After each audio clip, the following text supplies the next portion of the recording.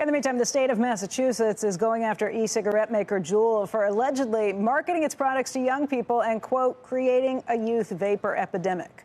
The suit from Massachusetts Attorney General Maura Healey claims that Juul bought advertising on websites for Nickelodeon, Cartoon Network, and 17 magazine after launching its product more than 4 years ago. The new allegations are at odds with claims from Juul executives that the company never intentionally targeted teenagers. Joining us right now to talk about the suit is Massachusetts AG Maura Healey, and thank you for being with us today. Hey, good morning. Great to be with you. Let's talk a little bit about the documents that you found that seem to contradict what Juul executives have said in the past. What were those documents? What did they show? Yeah, I mean, they totally contradict what Juul has represented. For a long time, Juul has said, we're about getting adults to try to stop smoking cigarettes, when really what we know from our investigation and Juul's own documents is that their whole effort was to try to get kids hooked, to get kids to start vaping because they wanted to create a whole new class of consumers. I'll tell you what we do know from our investigation. We found documents showing that Juul actually rejected an ad campaign that was directed at older people and instead used one that was directed specifically at young people, making them look cool and hip through the use of fashion models, trying to recruit celebrities and social media influencers that are really popular with teens. We know that they placed ads not only on websites like Nickelodeon, but also on homework apps. So kids, in middle school doing their math homework would get a Juul ad. Yeah, right. Seriously. So, and obviously we have the data showing they sold Juul into Massachusetts to kids who were underage. So, I mean, the evidence is overwhelming about what this company's intention was. And unfortunately, they were really successful. We've got a lot of kids hooked. There's no ambiguity. It shows that they very specifically wanted to target children on a homework app, on the Cartoon Network website, on Nickelodeon website. It wasn't some massive buy at a larger company and it accidentally wound up there?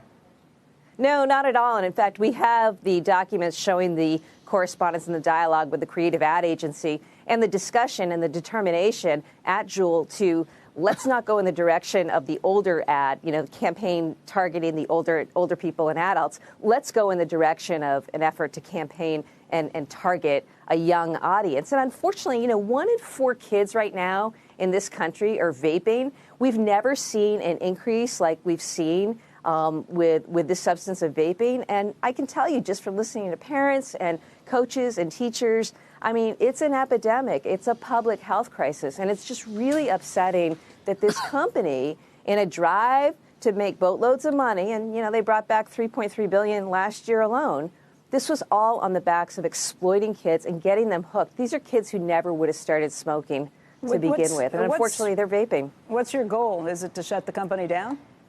Well, it's to get them to stop bad practices. We don't want them misleading with their marketing. We don't want them targeting young people. We don't want them selling to kids underage. My guess is they will say we've stopped those practices. We're not doing that anymore. Well, sure, but the genie's out of the bottle. It's too late, and that's why we're obviously seeking money and damages. Yeah, we're seeking money and damages, right? I mean, we've got a lot of kids who need a lot of treatment, who need a lot of help now for nicotine addiction.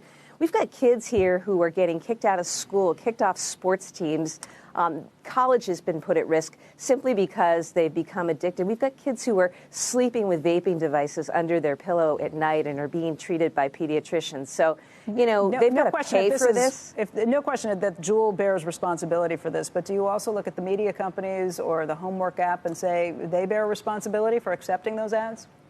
Well, certainly, we have a broad look, but I'll tell you, we've already taken action against a number of e-cigarette companies. I've shut down 8 companies that were selling online to kids underage here. But let's face it, Juul created this market. Juul is 75% of the market today. They were the first to market with this product and really made it popular. So a lot of third parties have come on board and will certainly be vigilant and hold them accountable, as we have already. But Juul really created this and started this, and that's why they need to be held accountable.